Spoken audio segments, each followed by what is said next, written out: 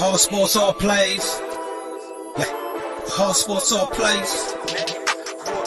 All sports, all plays. 365, we making the plays. You talking the game, get you through the days. Great high in the court, the dime in the lane. Variety, topics, living the same. All presentation, sports information. Hitting the airways, taking the nation. All sport, all plays, like working your faces. Grace up the field, so tie the laces. All sports, all plays. Network. All sports, all plays. Network.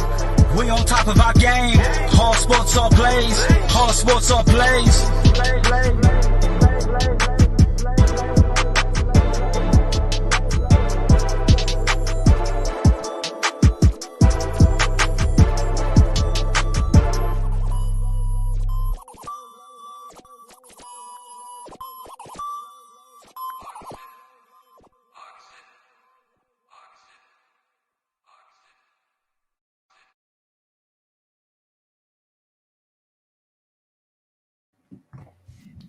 Well, hello, everybody. Welcome to the ASAP Sports Network. I am Ace from the West Coast, and you are actually watching a very, very special episode of Between the Ropes. I am joined today by none other than, of course, he's not Sergeant Slaughter. He's not Sergeant Junior. He just goes by the Sarge. How you doing? Doing great. How are you doing? I'm doing fantastic. And then, of course, we have our special guest on tonight. That's right. He is a two-time, not a one-time, a two-time Hall of Famer, and he goes by Preston Steele. How are you doing tonight? Hey, thanks for having me on, guys. I sure appreciate it. I'm really excited to be here. All right. We cannot wait to ask you questions. We have some questions for you, and we can't even wait to hear some of the stories you have because what you've told me, you have some phenomenal stories, and I cannot wait to hear them.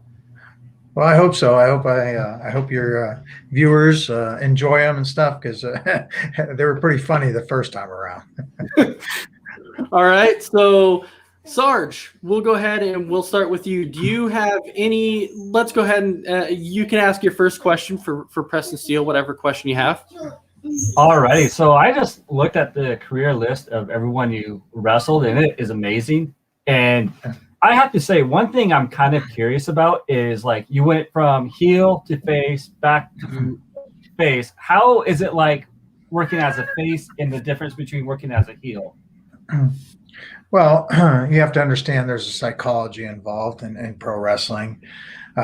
When you're a face, you're the good guy. You want to draw out the emotions from the fans. You want to get the sympathy of the fans. That's how that works. And the heel, the bad guy, his job is to make you look good. He's the one that does the crooked things, does the underhanded things, and gets the crowd up and supports the baby face, the good guy. That's how that works. So I started out, I was a heel for many, many years. I was trained by Dominic DiNucci in Pittsburgh, and he thought that I was a much better heel. And actually, I enjoy being a heel. I really do, because if you really know me, it's so out of character for me. I'm not like that. It's totally opposite. So I can do and say the things that I would normally not do. So I really I like it. I like being a heel, but I can do so much more good for people as a baby face. I've done a lot of charity things in my area, in Ohio. I'm from Ohio, in northeastern Ohio, and in Pittsburgh, northwestern Pennsylvania. So I've been very fortunate that through my wrestling career, I've been able to give back and do some really nice things for people. So awesome. All right. I love it. So my first question for you there, Preston, would be, so when you look at that, you're a two-time Hall of Famer, okay? Not a one-time, a two-timer. That to me is very, very special. So when they're looking to put you in the Hall of Fame, what goes into that? And so I know when you're in the Hall of Famer and like the NFL and stuff like that, you get rings, or the WWE, you get rings. So what do you get for being a Hall of Famer, technically in the indie scenes and stuff like that? Yeah. So the way it works is there's numerous Hall of Fames, really. There's the WWE for people that have made a career there. You have the Pro Wrestling Hall of Fame, which is now located in Texas. Used to be in New York. And that goes back through the whole history. Everybody, doesn't matter, all over the world, if you were a professional wrestler, you could be considered for it. And so then you go to the indie scene, and each federation, not each, but many, have their own. Most of the bigger federations have their own. I've been very fortunate. I was selected in 19 to be a member of the Keystone State Wrestling Alliance, as well as United States Wrestling Federation. Keystone State's based out of Pittsburgh. They run quite a few shows a year, and I am in some great company there with Bruno Sammartino, George Animal Steele, Dominic Danucci, Mick Foley. So fortunate there. And then the same thing goes with the United States Wrestling Federation, which was based out of New York. Again, a wide variety of names that I've just been, wow, I'm so humbled just to be able to be mentioned in the same sentence with some of these guys. So, but that's how they do. Normally they'll have a committee, and they'll pick people, and they usually don't pick someone who's been there once or twice. It's somebody who's wrestled there often, where there's fan recognition, where you've been able to draw, where you've been featured, and have done something extraordinary. Maybe there, held a belt, had some feuds going on that help them to bring fans in, and a lot of times they vote. And they have the fans and they get them involved. So that's how it's generally done. Okay, so when you win these titles, like you were a multi-time intercontinental champion in Iowa and stuff like that. So when you win these titles, do you get to keep them, or the title do you have to give back? Some of them. I have one. I mentioned to you. I'd show it to you if you were interested. So this is the IWA belt. This is the original one. Hope you all can see it there. Wow. Cool. So I've won this 6 times, and the promoter, Rob Russin, he was the owner of the IWA. It was based out of Florida, and we were all over the world. I wrestled. I won the championship in Australia from Chief Joe Strongbow. I've held it. Like I said, I beat the Iron Sheik twice. I beat Greg the Hammer Valentine for it. Mick Foley. So I mean, it's this belt has it's probably only worth $1,200, $1,500, but to me, it's worth a lot more than that. You can't replace that. The people that have touched this belt, that have worn it, that is so special to me. I mean, that's, like we were talking before, we're talking about some people have the little figures, or somebody has a certain autograph or posters that mean a lot to them about a show. Oh, this means the world to me, and I will keep it and hopefully pass it along to my son. Wow. So what was it like working with Mick Foley? Because Mick Foley is such a big name, and so that was like the first question that I really wanted to ask you. What was it like working with him? Well, I'll tell you what, you couldn't find a nicer guy, really. We started out training in Pittsburgh, and so it's about an hour from my house, but he would drive in from Long Island, New York, every weekend, and we'd find him there Saturday mornings. He'd be sleeping in his car, and everyone would take turns taking him home and give him a place to stay. And I'll never forget that one of the first days, he had been there like a week before me, maybe 2 weeks before me. And so when I got into the ring, he was showing me how to do some things, and he ended up fracturing my nose. But he is sorry. You want to be a wrestler, huh? That was Dominic Danucci. He was like, "Hey, you want to be a wrestler, huh?" So, but Mick, I have a couple good stories for you. One was we were in New Jersey. We were going up and down the New Jersey Turnpike, and Mick was up front with me, and there was a guy named Dirty Dick Flanagan, and we had a midget. His real name was Larry Gibson. He was a little cheesy. Do you remember when Lawler had the 3 little guys, and Doink had the 3 little guys? Yes. Yeah, he was with Lawler. He was a little cheesy. And so, but anyway, we were going show to show up and down the East Coast, and we were in New Jersey, and we were just chatting. I'm driving, and all of a sudden, the midget reaches over the seat, and he chops me in the chest. I'm like, what are you doing? And he goes, he's laughing. I'm like, dude, knock it off. I'm trying to drive here. There's all kinds of traffic. I'm driving. He reaches over, slaps me. I said, listen, you do that again, I'm going to pull over and I'm going to kick your ass. I'm sorry. And he's just like, he laughs. Sure enough, 2 minutes goes by. Chops me again. I go across 4 lanes. We're outside the road and we're fighting on the side of the road. And at one point, I have him picked up over my knee and I'm just spanking him and stuff. And the guys are laughing. It was funny. So we start driving and we don't go 5 minutes and 2 New Jersey State troopers pull me over. And they say, get out of the car. And I was like, I'm sorry, officer, what did I do?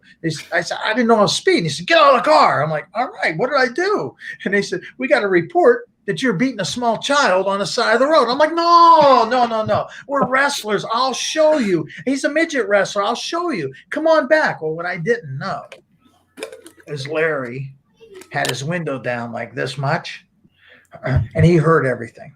So when I went back and say, see, he's a midget wrestler. He went, why were you hitting me, Daddy? Why? I'm like, no. But they ended up letting us go and stuff. But that was pretty funny. But we were in Italy, and it was me and Shane Douglas. We were the Italian TV tag team champions. There's 25,000 people there. It was in Rome. And we came out and we were wearing all white and we had t-shirts on and with the Italian flag, waving little Italian flags. And you couldn't even hear it. It was so loud. And they're like, oh, preston, steele, I love him. That's my bambino. Oh, molto bene. And they were like, oh my, it was awesome. So we get in the ring and Mick Foley was Cactus Jack at the time. And he came out with his partner, Dirty Dick Flanagan. And you can hear a pin drop because, he has the beard. He's a big guy and they had never seen him before. And they're like, oh my God, who is this? So he comes to the ring and he gets in the middle of the ring and they look around and they pull out a crumpled Italian flag about this big and they start waving it. And people were like, oh, molto bene, Italiano. And then they start shining each other's boots with it. Oh my God. They start throwing tomatoes at us. Rocks. Lira was the money at the time. They're throwing all this, and when we won, they knocked the barriers down. All I kept thinking is, they picked us up and were carrying us out, and all I kept thinking is, I'm 270 pounds. These people are going to drop me and just trample me, right? So when Mick and Dick got back to the locker room, they ended up getting arrested, and they had to pay $800 a piece to get them out of jail for defacing their flag. Yeah, it's you don't mess around in other countries like that, So, but yeah, he was a lot of fun to work with, and he did some crazy things. I think just about every pro wrestler has had a barbed wire match or a scaffolding match or some type of a specialty match. I was in 2 of the scaffolding matches, and the guy I was working with, he let go and he went, and as he fell down, I watched his knee blow out sideways. I'm like, I don't think I'm going to do that anymore. And then, the barbed wire matches, I mean, they hurt. You're bleeding all over the place. And we did a 20,000 thumbtack match. You've ever seen those where they invite the audience members to bring in thumbtacks? It's a hardcore match, and they throw it all over the ring. And you can wear a shirt, but it doesn't really help. It just helps to pull the things that's there in you. You just pop your shirt, they come out of you. The ones that go in your head and your elbows, those hurt like hell. I'll tell you. So. I won the first IWA Intercontinental belt from Mick Foley, who's Cactus Jack at the time. It was in my own hometown in Youngstown, Ohio. So, but it was great. Like I said, he's probably one of the best there ever was in the business. He took a lot of risks, had great ring psychology, great ring presence. Just a great guy. I can't say, he does, he goes around and does the comedy tours occasionally. And last time he was in Pittsburgh, he invited me and some of the local guys from Pittsburgh to go there. And he actually brought us up on stage, and I got to tell the story about Italy. And I actually told another story. We had a tour back in '87. If you want to hear about it, we called it Disaster Tour '87. So. So we actually have a question from one of our viewers that's saying, who inspired you to want to become a wrestler? Well, I see it's from Dave. Well, Dave, thanks for asking that. So, growing up, a lot of guys, they have baseball players, football players they watch. I used to watch Channel 11 out of Pittsburgh. They had studio wrestling every Saturday. And I actually liked Bruno Sammartino, Dominic DeNucci, Hurricane Hunt, Jumpin' Johnny DeFazio, Baron Cicluna, George Steele. So, but Dominic DeNucci, for some reason, you're gonna laugh. I had this green bathing suit. I'm like 11 years old, and I would pull up my socks, and they were real high, and they were my black wrestling boots, and I'd wrestle around in my living room and stuff. Well, he was my favorite. And so what happened was I wanted to get into wrestling, and they always tell you, well, you need to be trained. We need a video. Who trained you? And I didn't have any training. Well, I found out there was a guy locally from Youngstown who used to work for the WWE, and he said, I'll get you a tryout at a camp. Call this guy. His name is Dominic. Well, he doesn't say DeNucci. He just says Dominic. So I call, and the guy says, hello, this is Dominic. And I said, hi, this is Pete. I'm from Youngstown, Ohio. And, I'm interested in being a wrestler. He says, so you want to be a wrestler, huh? I said, yeah. He said, okay, I'm going to give you a try. So I met him at the Turnpike, exit 3 in Pennsylvania. And I'm looking, I'm like, oh my God. That's Dominic DeNucci. I saw the big nose and the cigar, and I'm like, oh my gosh. And he goes, hey, kid, you want to be a wrestler, huh? And so he took me there, and I tried out, and the rest is history. But he was my favorite. But as I started getting into it more and more, I really admired Ric Flair. He's probably one of the best ever as well. He had a lot of great ring psychology, a lot of great moves, great interviews. I really liked him, and I tried to model myself. So he kind of inspired me as well. All right. So we have a question from Jason Barber also that says, was being a pro wrestler your career goal, or was there another sport that you started in before going into this? Well, I played baseball, and I got to try out with the Chicago White Sox, and I tore my I tore the ligaments in my left ankle on about the third day at camp. So that's kind of what I wanted to do first. I was captain of my baseball team, captain of my football team, and then a 4-year letterman in high school wrestling, and I won numerous tournaments. So I always wanted to do this. And what's really cool about it, Ace and Sarge, you ever have someone tell you can't do something? Oh, you'll never do it. You'll never get to go anywhere. So for me, and thanks for asking this question. For me, it's been an honor because I lost my parents when I was young, and I was an abused child. I had guardians who locked me in closets, used to beat me, and just it's a long story. But for me to be able to be this little guy from Girard, Ohio, that's where I'm originally from. I live in Youngstown now, but to be this little guy from Girard, Ohio, who's been blessed, and I've gotten to go all over the world, all over Europe, Australia, just about every state.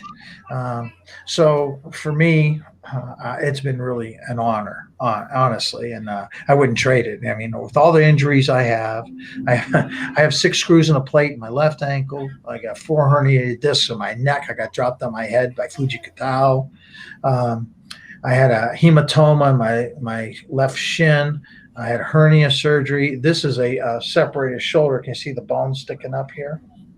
Yeah. Mm-hmm. I did that. It was a benefit show for a kid that needed a heart transplant. And I finished the match with one arm, and I had to dress as another character, as Doink. And so I wrestled with one hand for that match. And all I kept thinking was, people were telling me, just go to the hospital. And I can't, because this was a benefit for this kid, who, by the way, just passed away last year. But this was, we helped him out for 10 years. We helped him out.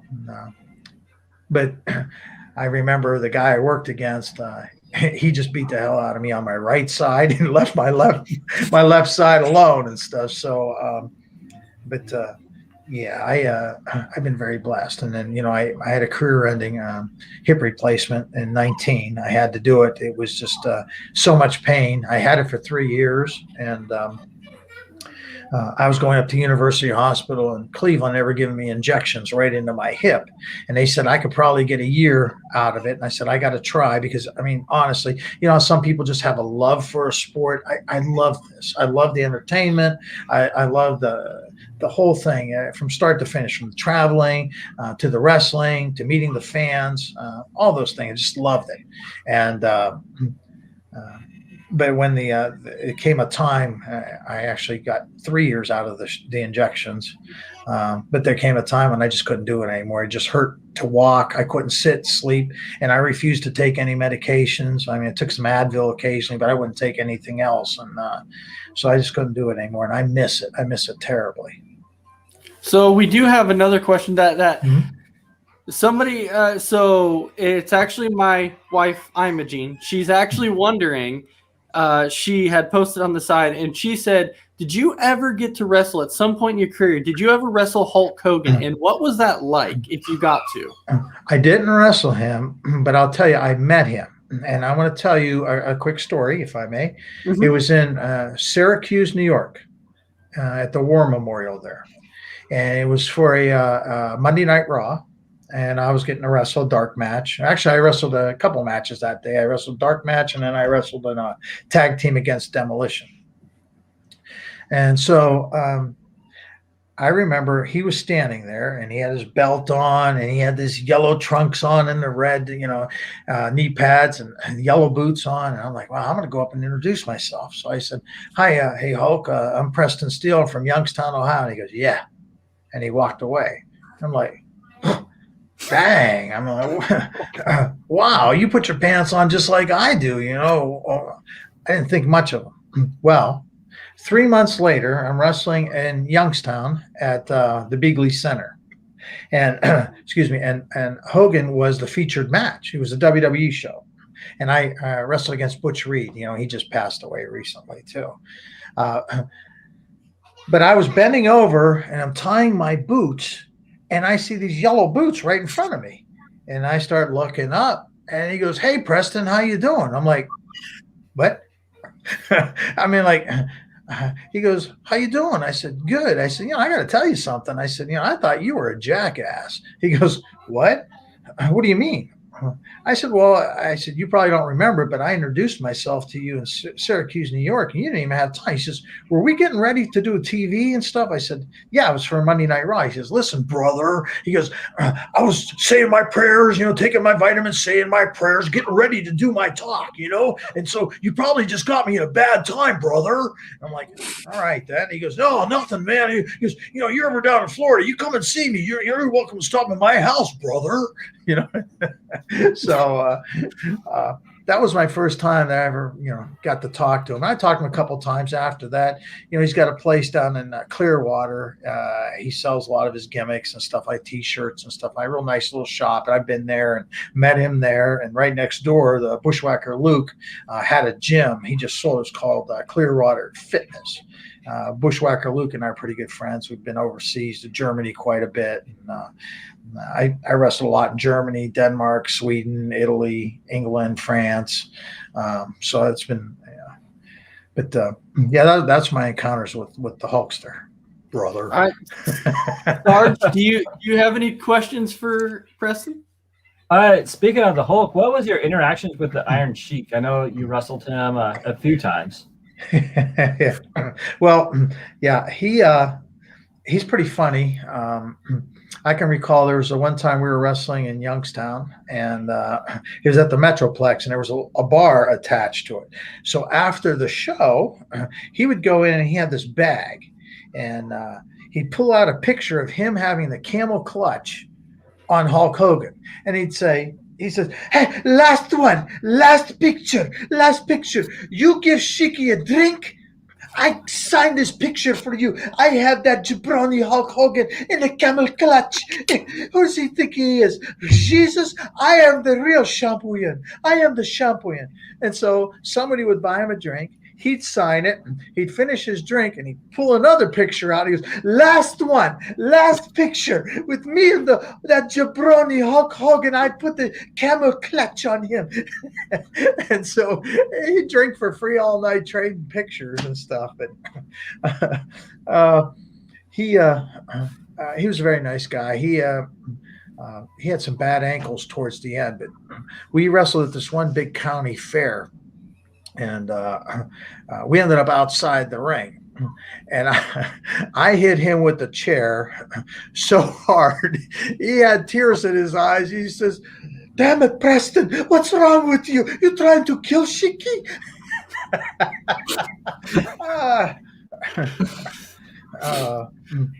But yeah, I had some great memories with him, and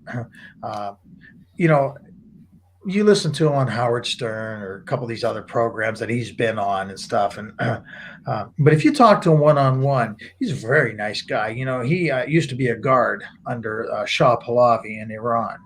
And when the Ayatollah took over there, the new regime came in, he had to leave because he was fearful of his family being hurt. So he came over to the United States.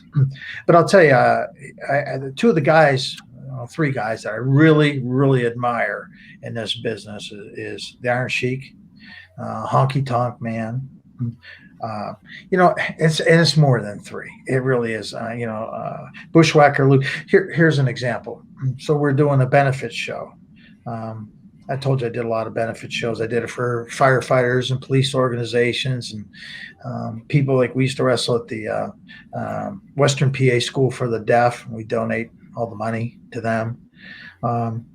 So we were doing a show for this police officer that was injured, and we were having some difficult times raising some money to bring the Iron Sheik in. He used his airfare, his free miles, and he came in and didn't charge a dime for that. And just like the Honky Tonk Man, we were doing a fundraiser for this guy. He was a policeman in Austintown. He got burned up. He got hit by a drunk driver, and his car caught on fire, and he got trapped, and he got burned.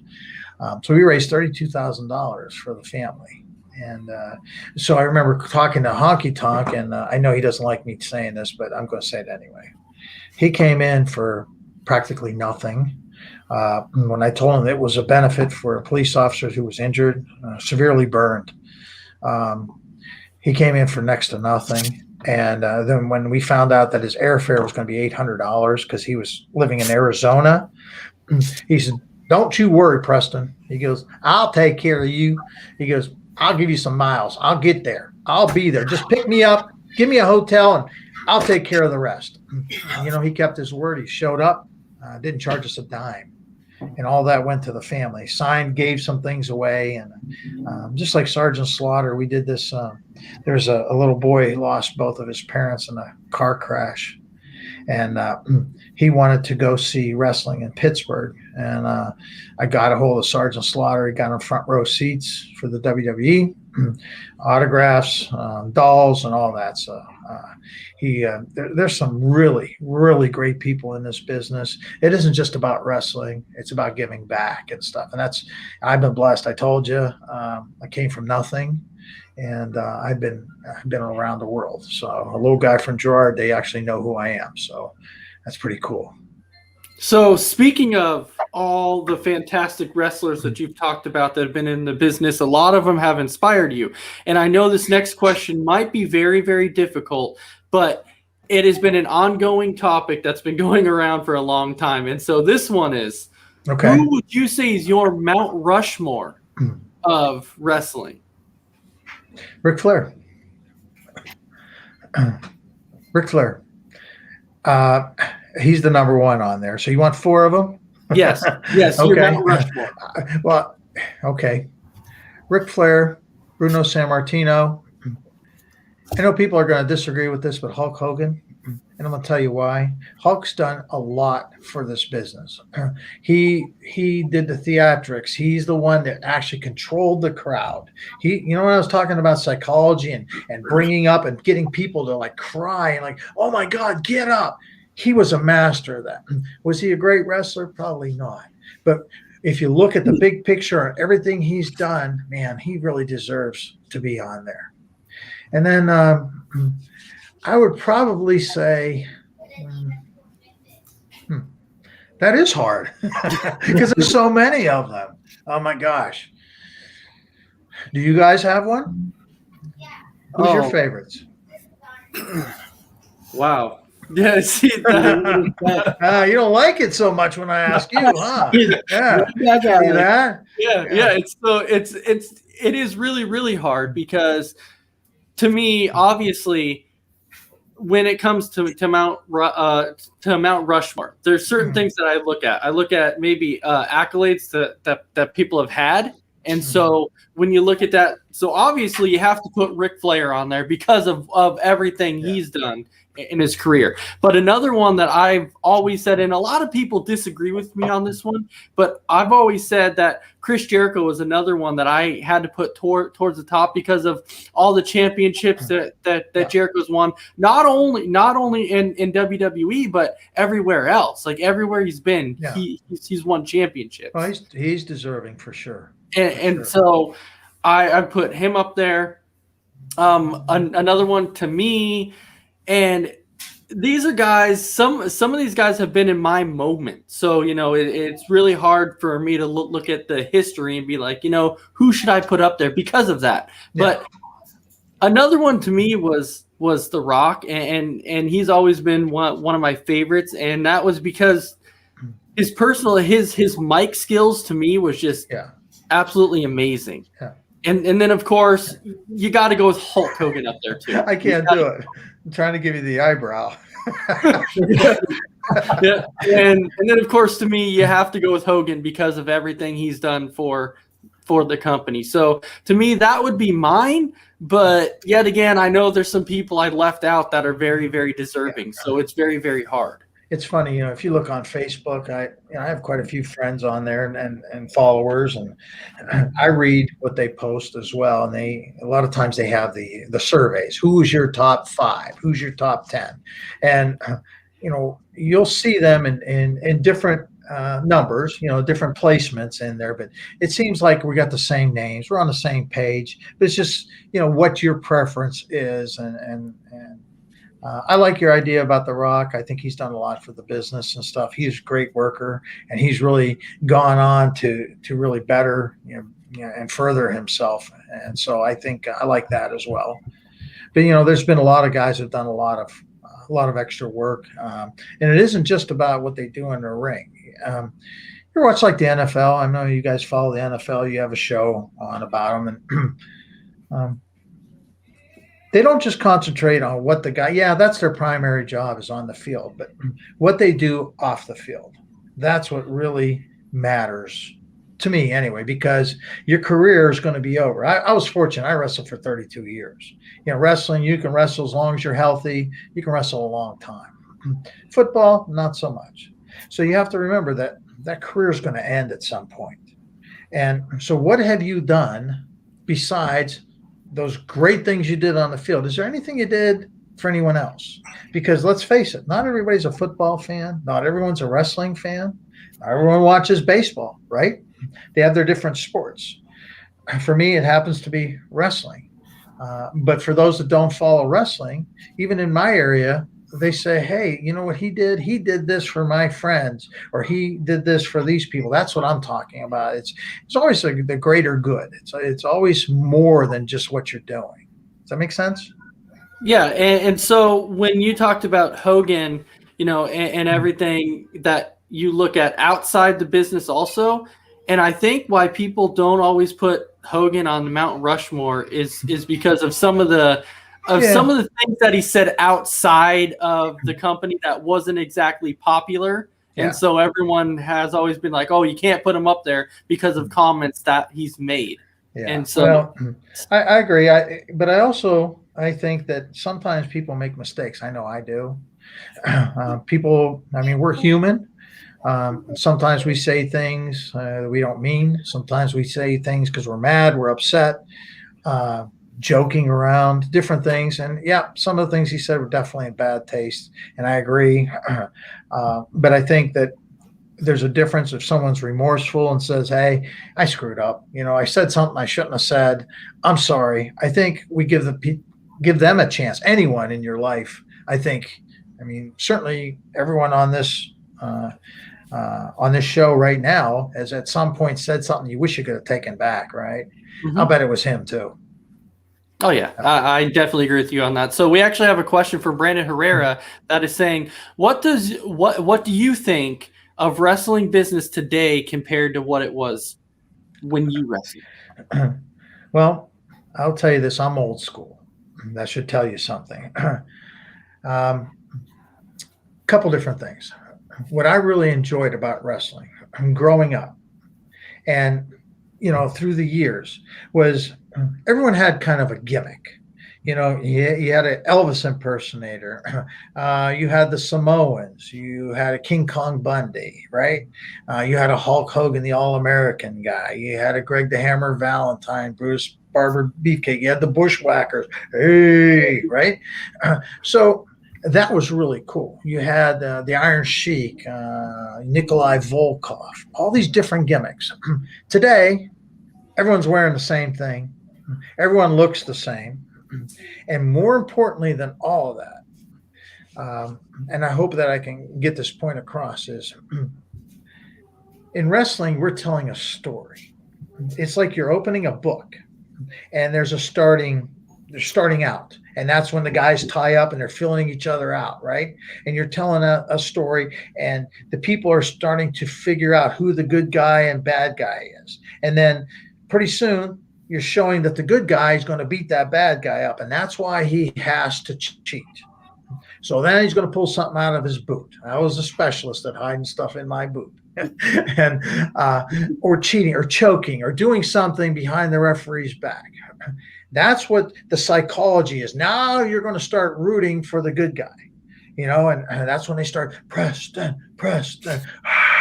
And you start coming back up and they cut you off again. And the people are coming out of their seats and they're standing up. They're like, oh my God. And they're right back down. And then there comes a finish. Either the good guy will show you that, hey, good will triumph over evil. Or, because the bad guy did something again, hit him with a chair, took something out of his boot, somehow cheated at the end. Okay, but for that, the good guy would have won. So that's the psychology. Today, I mean, we have probably the best talented wrestlers ever in the history of wrestling. From some of the moves and things they're doing, the best talented. But in my opinion, there's no psychology there. It's doing moves, boom, boom, boom. Growing up in the business, if someone got a chair shot, it was only one chair shot the whole night in all the different matches, and that ended a match. There was one DDT. There was one backsplash. That was my finish move, one backsplash. Now you're seeing somebody get a DDT, and they jump right back up. They get hit with the chair. They jump back up. Does that make sense to you? It doesn't to me.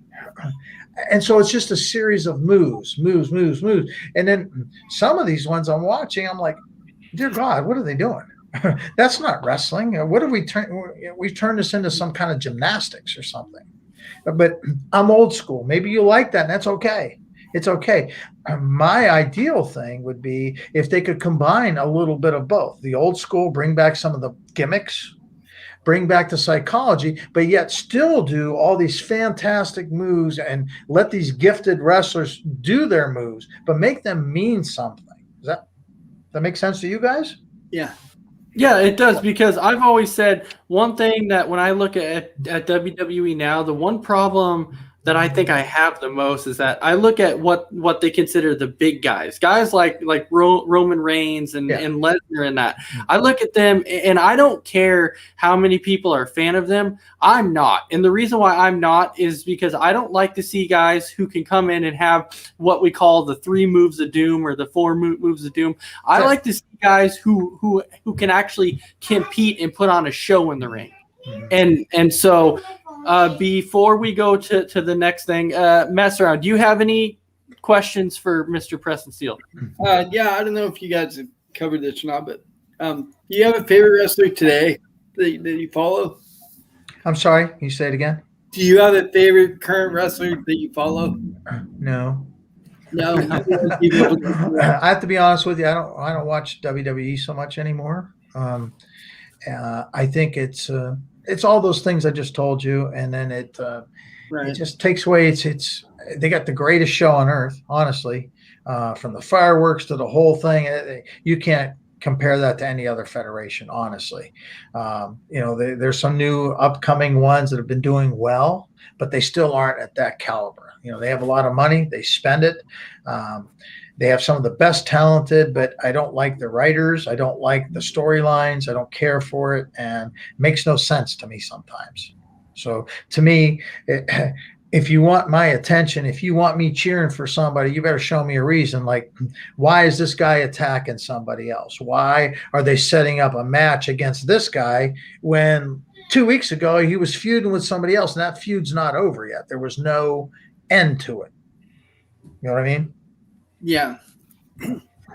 I think that's the problem with today's wrestling is they run the same guys against each other every other week, and that's why it's so boring these days. Well, see, old school guys, they would have a feud, and there would be a reason for it. Hey, this guy interfered in a match. This guy wants his belt. This guy wants to be a tag team with this guy. All kinds of reasons. And then they run the feud out. And they run it for 6 months or a year even sometimes. But every one of those got you coming back. It made people want to come and see, oh my gosh. And like, for example, Bruno Sammartino. I mean, the guy lost a lot. He didn't get pinned, but he would lose, get counted out of the ring, get disqualified, or somebody would get – there was never a clear finish until it was over. You know what I mean? And so that kept bringing people back, and that got them to want to cheer for people. Same thing with Hogan. I mean, if you watched early in the years and stuff before he started the NWO and all that kind of stuff, he had, he would have feuds, right? He would have feuds against the Iron Sheik. He would have, and that would run its course. USA. That was all that was about. USA. And then he'd go against another guy and another guy. And that's what it was. And it was constantly showing and getting the sympathy and a reason for things to happen. So, but now they don't do that so much. I thought, let's see, about a year or two ago, about 2 years ago, they had a couple of good writers, I thought, and they were getting some input from some of the wrestlers. And so I thought it was going to take a different direction. I thought they were going to do well, and it faded away. One of the things I didn't like is when the wrestlers themselves, like Dusty Rhodes, great worker and stuff, but you could never put him into the bookers or running a storyline because he'd always want to put himself in there. You need somebody who's detached, that's going to say, hey, let's push this guy. Let's push this guy. It's not about me. It's about getting the match over. And, it's getting the whole atmosphere of the night over, because there's a whole storyline on how a show goes. Like if you go to a house show, the first match is a warm-up match.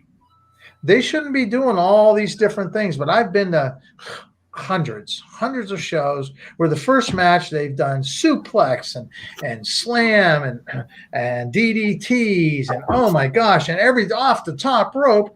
So by the end of the night, the main event, what's that guy got left to do? There's nothing left for him. You've seen it and the whole night. And in the first and second matches, these guys are kicking out of different things, and now you expect me to win, or you expect me to do these things at the end match. And that makes the guy look like hell at the end. The guy in the second match got up after a DDT. I give you a DDT, and you lost. Well, what are you? Some kind of sissy, right? So there's a lot to be said. They could really improve. They really could. I mean, but the WWE, that's the major leagues. That's the best. So would you say that you actually had a favorite match that you wrestled? Wow. I've had a lot of great matches. See, it takes two people. You ever heard the expression of he could wrestle with a broom? Have you ever heard that?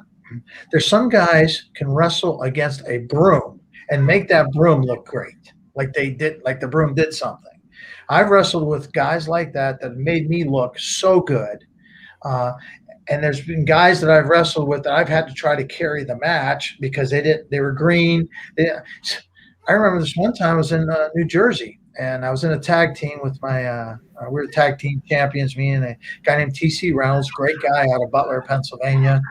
We traveled all over, especially, when they were doing the Gulf War and stuff. We were going up and down the East Coast, all over New York, Connecticut, and New Jersey, and we were the American Patriots, and we were wrestling everyone that was like a Middle Eastern type of chic gimmick and all that, and you'd hear the USA, and but he and I were going to wrestle this guy, and I remember I learned a valuable lesson that day. I asked the guy, "How long have you been wrestling?" The guy says, 3 years. I'm like, okay, I'm feeling pretty confident that he's not going to break my neck or do something really stupid. And but he kept looking at my belt, my championship belt, and I kind of thought that was odd. I was kind of like uncomfortable, really, staring at me. So we get out in the match, and first thing he does, clotheslines me right across my face, and my nose is bleeding. I'm like, what the heck? What's going on? So then he pulls a chunk of my hair out right here. I can still feel it to this day. Piece of skin and hair about like this. Pulled it right on my head. I'm bleeding. I'm like, what is going on? So then he puts a sleeper on me. I don't know if you guys ever had it, but you ever see those little yellow stars and stuff when you're yellow and white stars when you're just going to pass out? I was seeing those bad. So I'm like, oh my God, I'm gonna go out. He might kill me. So I thumbed him in the eye, and he threw me into the turnbuckle, and he bent over to give me a backdrop. I just kicked him right in the face. I broke his nose. I knocked him out. I pinned him. The match ended after like 2 minutes, and I got fired. The promoter fired me. He goes, "What the hell? What are you doing? You ruined this." I'm like, "Well, I'm sorry." I said, "He did this and everything." And so the next day, Bob Raskin was the promoter. He called me back. He says, "Hey, can you make it out here tonight?" I'm like, "Yeah, I'll be there." So the valuable lesson I gained from this was, and you could take this back in anything you do in life, because that's what I found this is really about. I asked this guy, "How long are you in wrestling?" He said 3 years. What I should have asked was, "How many matches have you had?" He had 3 matches in 3 years. That's no experience. That's 0, right? That is green, green, green. It's just like if you guys have regular jobs and stuff. Don't ever ask the guy how long you worked here. You ask him, "Hey, have you ever done this? Have you ever made this thing? How many of these things you ever made? How many projects have you ever done?" Instead of saying, "Hey, how many years have you been here?" I learned the hard way. All right, Sarge, do you have any questions for Preston? Yeah. So we know who the faces were for WWE. We had like we'll say the Hulk, The Rock, John Cena. In today's WWE, who do you see that is the actual face of that company? Well, I know who they want it to be. Right? Roman Reigns, they want him. And they get a lot of pressure. He's related to the Samoans, and they're great people. I've wrestled them in Germany, and I had multiple tag teams, and great people. But I think that's who they're pushing. What I'm looking forward to is who's going to be the face in 2 or 3 years. That's what I'm looking for now. And I don't follow it as much as I should. only because I told you I don't care about some of the stuff that they're doing now. It's hard for me to watch, but I like some of these guys, and I just I think the face is yet to be here. I think in 2 or 3 years, you're going to see somebody totally different, isn't even here yet. They're probably in the Indies somewhere, maybe even overseas. I don't know. But my guess is it's going to be someone it's just starting out, up and coming, and they're going to get a big push. That's what I think. I like it. So the one thing that I'm curious about is because when you're talking about matches, you know, you've had your nose broke, you've had your ankle broke and stuff like that. How do you cover up what you would call a botch in a match? Because or somebody's hurt and you're like, the match needs to keep going. How can you cover that up? Well, when I broke my ankle, you know, they zoomed in. I mean, I went down and it cracked. I mean, I knew it was broken, and I wanted to throw up. And so I was wrestling a guy named Lord Zoltan, and so Zoltan comes over and he kicks me in the head, and I'm like, ref, I broke my ankle. Call the match. I'm going to pass out. And the referee did this. I'll never forget. He went. And Zoltan come over and kicked me in the head again. I said, dude, I'm going to pass out. I'm going to throw up. My ankle's broke. I mean, if you watch it, you see me actually take my ankle. It was turned backwards. You see me flip it all the way around. And I'm like, dude, ring the bell. And he's like, Zoltan kicks me again. I reach up and I grab. I said, "You ring the bell. I'm going to break your freaking neck." And he goes, "Ring the bell! Ring the bell right now!" And I crawled out. I mean, I crawled out. This doctor was in the audience. He actually came into the locker room, took me. It was a Sunday afternoon show. He took me to his office, opened it up, x-rayed it. It looked like a shotgun blast because all my bones are cracked and everything, just pieces. And he put a temporary cast on, gave me a wooden shoe and crutches. And I offered him, I had $800 with me. I said, listen, I'll give you $800. That's all I have with me. I suppose it's more than that, but listen, I'm good for it. I'll write you a check. Or she goes, no. He goes, listen to this. He said, you gave my son an autographed picture for free. I'm like, okay. He goes, no. He goes, that meant more to him. I'm like, listen, that picture cost me $1. You know, it's not a big deal. Honestly, I want to pay you. And he wouldn't take anything. You know, the next Monday, I ended up sending a big fruit basket and stuff out to his office and stuff. But so sometimes, here's another one. I was wrestling the original Sheik, and it was in Pittsburgh. It was at a county fair, and we were wrestling. I'll never forget. You know who Sabu is? You guys know who Sabu is, right? That's his nephew, Terry. So we were in separate dressing rooms, and Terry came over, and he said, hey, listen, Sheik said, as soon as the match starts, he's going to cut you. I'm like, no. He goes, what do you mean, no? I said, I'm not getting paid enough to bleed. I'm not doing that. He's all right. So he goes, and he comes back a few minutes later, and he says, Sheik said, you can cut yourself. I said, no. You don't understand. I'm not going to bleed. I'm not doing that. I've done it before. I'm not doing it today. So he comes back again. He goes, all right, well, the Sheik's going to cut himself. I said, I don't care what he does. Just don't tell him to cut me, because if he tries, I'm going to mess him up. And he said, okay, no problem.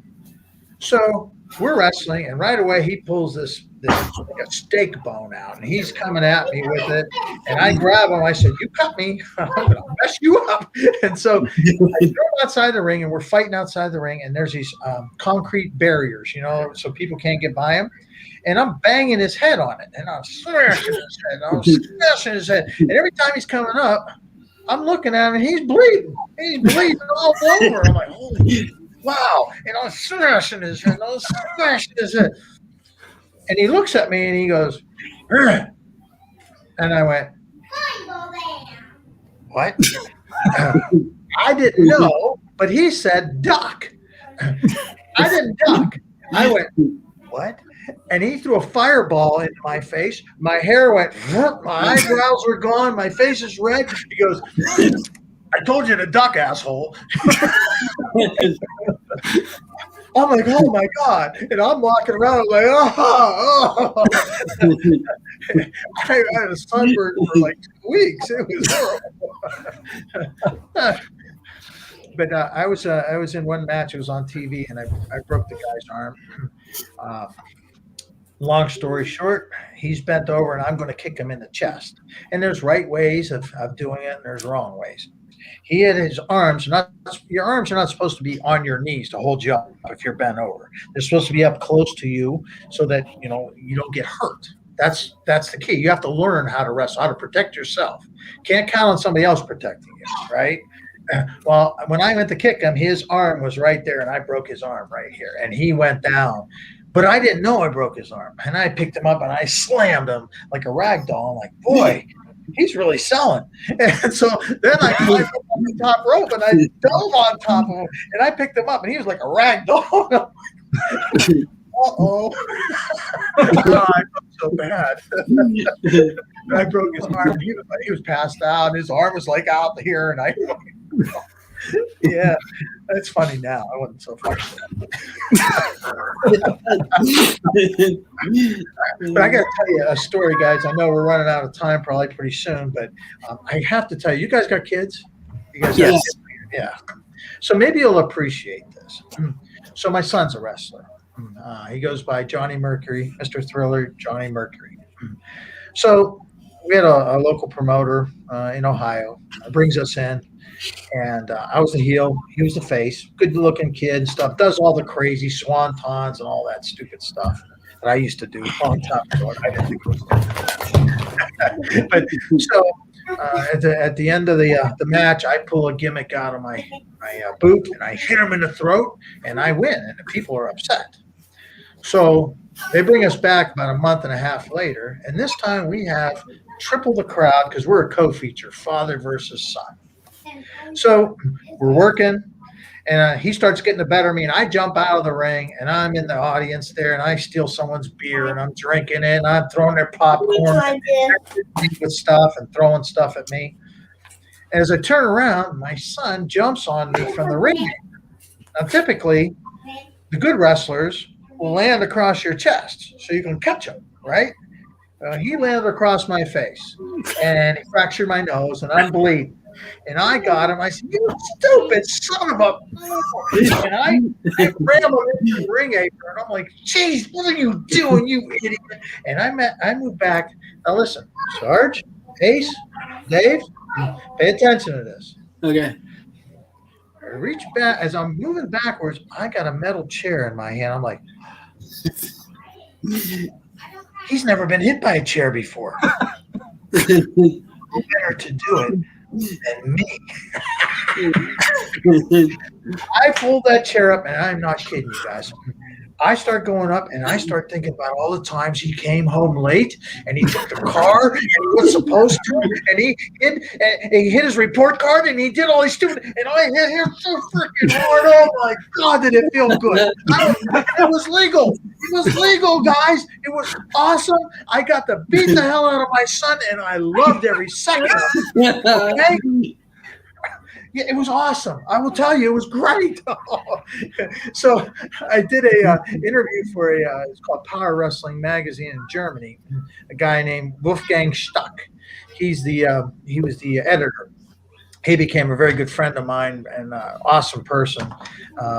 And so he asked me about this story. So he prints it and puts some pictures, and he asked my son, what happened? And my son pretty much relayed the same thing, but he said, when I jumped off the ring and I hurt my dad's nose, he goes, I knew something was going to happen. So when I looked and saw that chair coming down, all I kept thinking about, damn, I shouldn't have taken that car that one time. Oh, God. So you guys got to remember that.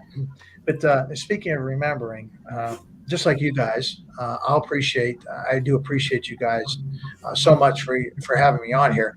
And there's been so many people in my career who I've really appreciated that have given me a chance, like Rob Russin. He's the owner of the IWA. Awesome person. He believed in me, put the strap on me, ran shows and became a partner with me in a business. We would run shows and do them as fundraisers. Wolfgang Stock over there, a guy named Johnny Tiger in Germany. So it's been so many people that have been so good to me along the way, and I recognize and I'm thankful for them. Just like you guys, I'm sure you have people that have helped you along the way, just like you're helping me right now. So I want to tell you guys, I really appreciate each and every one of you. So how long does it take you to actually become a wrestler? Because I know it takes a lot of training and a lot of know-how and everything else. Oh, that's a good question. So in '98, I broke my ankle, right? And I came back and I didn't know who any of these people were in the locker rooms. No, I mean, they have people called yarders, backyard guys who haven't been trained. They're very dangerous. Their careers last about a year, maybe two. And they either hurt themselves or hurt someone else. Very dangerous. Because some of these moves, I mean, I told you I got 4 herniated discs in my neck, and I wrestled a guy that's been experienced. So it happens. So it's very important you get trained. For me, I wrestled trained for 3 months and 1 day before I had my first match. So you have to look for a credible school, someone who you can't just, hey, this guy's never left Ohio. He's never left Washington. He's wrestled at the same spot and he's never been anywhere else. That's not the guy you want to train you. You want somebody who's been experienced and wrestled in different federations, wrestled multiple people, has had 1,000 matches, understands ring psychology, and can help you along with your interviews, help you along with your gimmicks, help you get booked. Those are the things you want to look at. Now, is there a certain time? No. Some people go faster. Some people, it takes them a lot longer to learn how to do things. I remember I had a guy that was his first day there, broke his ankle, and he never came back. There was guys that were there for 8 months before they had their first match. I had mine after 3 months and 1 day. I got to pick up Captain Lou Albano at the Pittsburgh airport. And I was like, oh, my God, he really had the rubber band thing and in his cheek. And they're like, I was in awe. This is fantastic. And so then, Dominic was a great trainer. He'd been around forever. So he took me on my first tour. He helped get bookings for me. So that's the kind of people you want that's going to push you. They're going to help you out. Wow. I'll tell you what, you have some fascinating stories. I mean, it's truly a pleasure to have you on our show. Like it's fantastic. So mess around. Do you have any other questions for Preston? Yeah, I don't know. This has been covered now, but what's the worst bump that you've ever taken in the ring? Oh, dear God. The first one I ever did.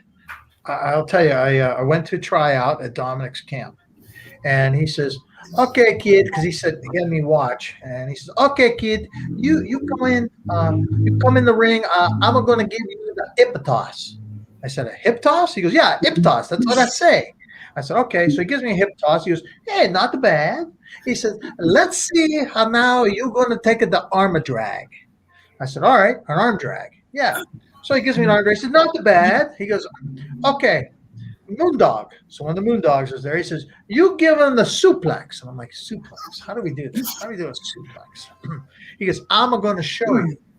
So Moondog grabs my head, and he puts my arm over his, and he grabs my trunk, and he goes up, and I'm up in the air now. So Moondog's like 6'3", and now I'm 6'1", so I'm 12 feet, right? I'm up there, and he's just wobbling back and forth, and I am still up there, and I'm like, my God, what's going to happen now? And and all of a sudden, it was like, and when I hit, I'm not going to kid you. Listen, I heard and felt every one of my vertebrae crack. My heart, my lungs, my liver, they all moved. I'm telling you. Then when I tried to breathe, it was like, Dominic said, that was a great, kid. Hey, where you learn how to do that? I'm like, kid? I'm like, and so he kicked me out of the ring. He made me get out. And he says, you just sit there. And then about 5 minutes later, I took the second worst bump I've ever had in my career. I said, hey, Dominic. He goes, yeah. I said, can I do that again? He goes, are you crazy? I said, no, if I don't do it again now, I never will. He goes, all right. So this time they did it again and they hung up there. And I'm like, okay, all right, I'm good with this. I hit again. Everything's still cracked. It's still cracked. Like, I have got to be the biggest idiot in the whole world. Why would I want to do that? So Oh, that's great. I've had a couple bad bumps though. Like I had a choke slam where I herniated my neck. You're supposed to, in wrestling, if you fall flat on your back, fall flat forward, you don't get hurt. This was bad when I did my shoulder. Guy clotheslined me and took me all the way down. And normally you free fall. You know, you control. It's a controlled fall, so you don't get hurt. Hands come out, you hit your shoulders and your butt. You don't get hurt. But when you turn sideways, if you land on your hip, that's why I got the bad hip. That's why all the wrestlers have the bad hips. I landed, and he took me in, and I did this to my shoulder. So that was bad. And then when I wrestled against Fuji Katao, he picked me up for the choke slam, and instead of putting his hand on my back to protect me, because it still hurts. Guys, for all you out there listening, it hurts. Believe me when I tell you, there's angle iron, and there's plywood, and there's a little bit like what's underneath your living room carpeting. You have some foam padding there, and you have a canvas. That's it. Some people think there's a spring under. There's no spring under there. Angle iron will bounce once it's stretched out. It gives. You have to. When I wrestled in Italy, I was telling you about the story with Mick. They had sawhorses underneath the ring. We all hurt for a month. Honest to God, you couldn't even straighten out. It hurt so bad because we're taking the slams. We're taking all the big bumps on. It's just like getting slammed on concrete. But so when he picked me up to do the choke slam, instead of protecting me, he put me down, and instead of me landing flat, I landed like this and compressed my neck. So I was paralyzed for 7 hours. Everything came back. To this day, I still don't have any feeling in my pinky. But they say that it's like it grows back like 1 centimeter a year. So I figure maybe like by the time I'm 90, that's about the only thing I'm going to feel. You know what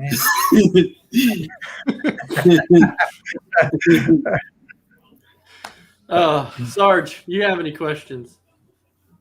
I just have one last one. I know that you were saying that you were at Raw and everything else. Did you have any interactions with the boss, Vince McMahon? I did a couple times. So he's done a lot. He's probably been the greatest promoter. A lot of people don't like him. Personally, I don't care for him, but I like what he's done for the business per se. He's made it the most popular. I mean, it's everywhere. It wasn't on cable. It wasn't on the internet. You know, it was the only time you could see it was pretty much live shows, and then he started the TV. And then pretty much it became everywhere. He's done so much. He's brought some of the greatest talent. But one of the things that I didn't care for him, Sarge, is that let me see, how can I say this? So there's been guys that have had problems there. They've gotten in trouble, criminally maybe drug problems or issues. And so instead of pushing the people that are squeaky clean, sometimes he went a little bit overboard in trying to help those that maybe weren't so deserving. You get what I'm saying? But saying that, I will tell you that there's probably never been another promoter that if someone got hurt, if someone did have a drug addiction or some kind of, because listen, you know, to wrestle almost every day, some of these guys are taking painkillers because they need to be out there all the time. And some of them became addicted. Some of them drank too much. You know, it's happened. But he would always be there and help them and rehab them and stuff. I know it's a dirty secret in the business. They don't like to talk about it, but it's the truth. It happens. I've seen it. and but I've never done that. So I don't even smoke pot, so and I'm proud of it. But there's guys that did, and that was the only reason they did it was because they had to do every night and they were in pain. But Vince would step in and put them into rehab and help them out. Got to admire a guy like that. I know he doesn't like to talk about it, I'm sure, but my interactions with him were just a few moments, and I wasn't the star, so I really didn't get a lot of time. Didn't get a hi, how are you? Hey, thanks for being here. And, it's just a canned response where really, he wasn't even talking to me. He was already like 4 or 5 people away from me, ready to talk to someone else. So, but he's been the greatest. Mess around. You have any questions? Not that I can think of. All right. So I have a few final questions for you, Preston. Okay. So, well, yeah, and sorry, I'm not trying to keep you. I'm just really enjoying this I'm show. good. I'm good. Yeah. I don't have any plans. I'm going to watch The Walking Dead at 9:00. Oh, yes. I'm waiting for that new episode. I love The Walking Dead. And actually, I have some Walking Dead figurines that are actually on my wall right now. I need to get more of them. But yes, I'm ready for the new season of it. But all right, so go on. I was in a couple movies. I haven't been in that, but I've been in a couple movies. And so I got to be in a zombie one, and I got to kill zombies, and it was a lot of fun. Then I finally got killed, but it was cool. I like that. That's pretty cool. So the 3 wrestlers that come to mind that I'm curious if you ever got to meet them. Number 1, The Undertaker. Now number 2 also is probably one of my favorite of all time, which is Kane. And then number 3, Andre the Giant. Have you got to meet all 3 of them? I have, in reverse order. Andre the Giant, I played cards with him backstage before a show, and I will tell you, I watched him. Those old flip top beer cartons, that they have the long necks and stuff. Mm-hmm. He had that there. He drank a whole case of it before his match. And his hands were so big, I mean, you couldn't even see the bottle. I'm not kidding you. And he would just drink it like nothing, and he wasn't even, he didn't look drunk. You couldn't even tell. I beat him in cards, though, so that's pretty good. Kane, I've only talked to him once, but Undertaker, I knew him before he was the Undertaker, and very nice guy. Some of the guys, it seems like mostly the baby faces get the big egos. They seem to forget that the reason they're so popular is because the heel put them over. The heel got the sympathy for them. That's why they're so popular, is because the bad guy was cheating. He got the fans to like you, and they forget about that. So some of the nicest people are the heels. And Mark was always nice to me. I never got to wrestle him, but I've talked to him several times. Always had time. Didn't think he was better than anybody else. And so those are the guys I really admire, honestly. So I have one more story for you if you want to hear about Iron Sheik. Right. So we were in Canada, and I'll try not to swear. So we were in Canada, and we were going show to show. And this one night, we had to drive like 4 hours. And so we were going to stay overnight and just leave in the morning. But we all decided, let's just go tonight. And then we could sleep in tomorrow until the show. So we stop at this little convenience store, and Sheik's got a car, and then I'm in a car with 2 other guys. And so Sheik buys some beer, and we said, okay, wait for us. We'll be out. He says, no, Preston, my friend, you catch up. You catch up to Sheiky. Sheik is going to leave. You catch up. I know, wait for you. Okay, all right, fine. So he leaves. And we buy some snacks and stuff. So we're driving down, and pretty soon we see some bubble gum, some police lights on the side of the road. And we're starting to slow down, and then we see the Sheik is outside of his car playing tug of war with a Canadian Royal Mounted Policeman over his beer. He's like, give me back my beer. Who do you think you are, Jesus? That's the Sheik's beer. No, we're like, Sheik, Give him the beer. He goes, no, it is Shicky's beer. You shut up. Give me back my beer. We're going on. I'm like, Shick, give him no, it's the Shicky's beer. And no, you don't give my beer. And so 2 more Canadian policemen show up and they start hitting him with flashlights and sticks. He goes, all right, here, the damn beer. It's yours. You could have it. And they ended up letting him go. But he had bumps on his head and everything. I said, well, Sheik, did you learn a lesson? He goes, well, Preston, my friend, that was some expensive beer. That's awesome. Yeah. Oh, my So- gosh. So I remember yesterday when I was talking to you on the phone, you said that you have a perfect imitation between a conversation between Hulk Hogan and Iron Sheik. Is that correct? Yeah, I could do it for you, but I'm going to try not to swear. How's that? Okay. It's hard to imitate Sheiky because he swears all the time, you know. So it starts. So it's, well, you know, brother, I've been taking my vitamin C. Shut up, Hogan, you faggot! I'll come over there and slap you. What do you think you are? She says, well, you know, there, Sheik. I'll put the camel clutch on you. Oh, hey guys, you know, you guys better step back because you know I've held the title a few times too. Oh yeah, you shut up too, you macho. So, but I kept it clean. I usually do more, and I'm like, oh boy, I better not. So was there like legitimate heat between Iron Sheik and Hogan or what? No. No, he just never liked one of the Killer Bees, B. Brian Blair. He just he said so. I don't know what happened to them. They had an incident, and there was a lot of heat between them. But as far as him and Hogan, no, Hogan made him rich. Right.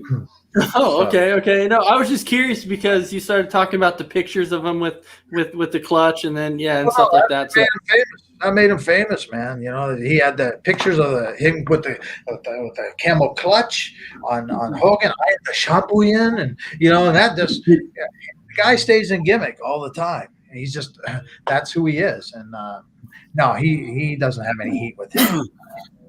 That guy, like I said, that guy put him over. He made him rich, and he owes him a lot, you know.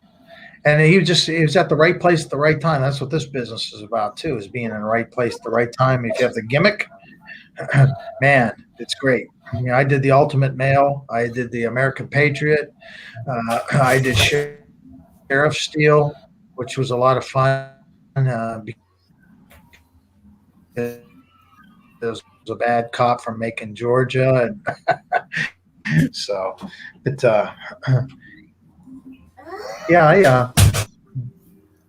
it's been some great times, and some of these guys there have been guys that had I don't think, and you know, they just moved away and just, you know, stopped professionals. They have to. I do recall there was a couple guys. They were like mid-level guys, and they had some heat going on between. It was smooth, and they come back and they want to fight. It was just that's just the way they were. So it sounds like you got to meet. Did I lose you guys? No, you're there. You're still there. I think I'm losing you guys. I can hear you now. Are you still there? All right. No, I think you should be good. So Yeah, I it lost the sounds video like. feed, I think. Are you there? Oh, I got you now. Okay. All right, you're good. So mess around. It sounded like you had a question for him. I did. So one of my all-time favorite wrestlers is Bret the Hitman Hart. Yeah, okay, I got you now. Did you hear my question? Oh, you're breaking up again. I don't know if it's me or what. Okay. It's garbled. So, No, I did not. Try it again. One of my favorite all-time wrestlers is Bret the Hitman Hart. Did you ever get a chance to meet him? I got nothing. Nothing. Nothing? You want me to try it again, Preston? I can't understand you. Did you ever get to meet? Yeah, there it is. Bret? I got you now. Go ahead. Did you ever get to meet Bret the Hitman Hart? Bret Hart. Yeah. Yes, I did. I got to meet Owen. As well before he passed away, and you know what? Those guys there. I know some people didn't like them, but for me, just like Bruno Sammartino, here's the guy who was the living legend at the time. Those guys would come up to you and talk to you like they've known you forever. They give you advice, say, hey, you think it's going to, hey, what'd you think of this? Or is there something I can do better? Or, what would you do to help me out? These guys would always help you out. Bret Hart was a nice guy, very nice guy, very humble. I know some people didn't care for him, but I never had a problem with him. I didn't interact with him. I didn't go out drinking with him or anything like that. But the times, nothing but respect. And you can't say that about a lot of those guys. They won't even give you the time of day, some of them. So. Sounds like you had some pretty good interactions with everybody then. So I like it. Yeah, I got mostly the old timers, the old school. Those are the ones that I think made wrestling fun. And I know some you guys are younger and stuff, so I hope that you at least got a chance to see some of that in the 80s and the 90s when he still had the old school before things started changing. And what I was talking about. Like, for example, I think one of the guys asked a question earlier about what I think about wrestling now, like the tag teams. In the tag teams, we had people like Demolition and Legion of Doom and the Hart Foundation and the Bolsheviks. And, there was all these guys that they matched. They were together. It wasn't just a hodgepodge, put these two guys together and let's hope they mesh. There was people that were, it was a reason for them to be together. They had a legitimate name for their tag team and they worked together, and you knew if they were like the Can-Am connection, Canadian and American, yay, you could tell they were going to be the faces. There was all kinds of, you could build up the heat there. You could see they worked together. They had synchronized moves between each other. They don't do that so much anymore now. Okay. All right. So before we call it a show, we'll go around the way one more time just to make sure we have everybody's final questions. Sarge, did you have anything else? No, I don't. I've just been enjoying all these stories and everything. It's been great. Yeah, this has been absolutely fantastic. Mess around. You have any final questions? Yeah, I think we could listen to your stories all day long. If we had time, your stories are amazing. Thanks for coming on. We appreciate it. Mm-hmm. And then, of course, last but not least, we have to save this one for like the very end. So, of course, last but not least, the very final question we have for you was if you could pick one of your favorite matches of all, not yours, but if you could pick an all-around favorite match of all time, do you have a favorite match of all time that you've seen?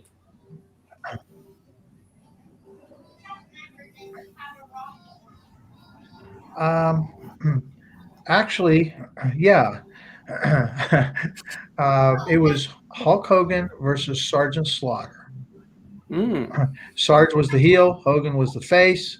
It was at the Cleveland Coliseum, and I remember watching that, and that's when I said, "So, you still there? I want to do this," and that's what really got me moving. I mean, I always wanted to do it, like I said earlier, but that one, that match there. If I could leave you guys with one thing for all your listeners out there, no matter what you're doing, You're always going to have people that don't believe in you and will say, no, you can't do that. You'll never get a chance to do it. Well, don't believe it. You have to believe in yourself, and you can do these things. And I've been very fortunate. Like I said, I'm just a little guy from Girard, Ohio. I've been all over the world, and I'd have never dreamed that these good things would have happened to me. But I worked hard. No one gave me anything. I had people to help me out along the way, yes. But I worked hard. I still go to the gym. I work out 4 or 5 days a week. That's what I used to do. Every chance I got, I was in the ring, wrestling, asking, watching, the videos and stuff. So no one gave it to me, but I've had people to help me along the way. So that's what I'll leave you with. All right. Well, and again, thank you so much for being on our show. This was an absolute privilege. We really enjoyed the show. Like they were saying, we can listen to you tell your stories all day long because these are fantastic stories. They're great. They're fun. And honestly, I'm a little jealous with the wrestlers that you've met. It's been absolutely fantastic. So, Sarge, I know you said you didn't have any questions left, but any final words for Preston before we call it a show? I just want to say thank you for coming on. And we're with a growing network, getting more views every single day, and we are very appreciative of you coming on. And I thought that was great. I enjoyed it.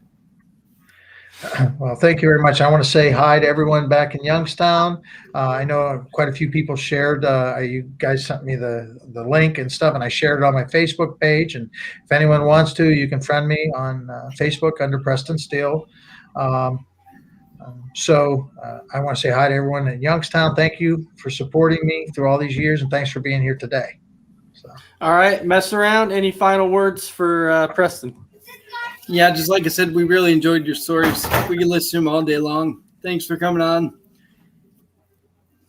Yeah, thank you guys. Appreciate it. And you are welcome to come on our show anytime you want. Anytime you want to come on and talk wrestling, we are your guys. So you can hit us up anytime and be like, hey, can I come back on? And you know what?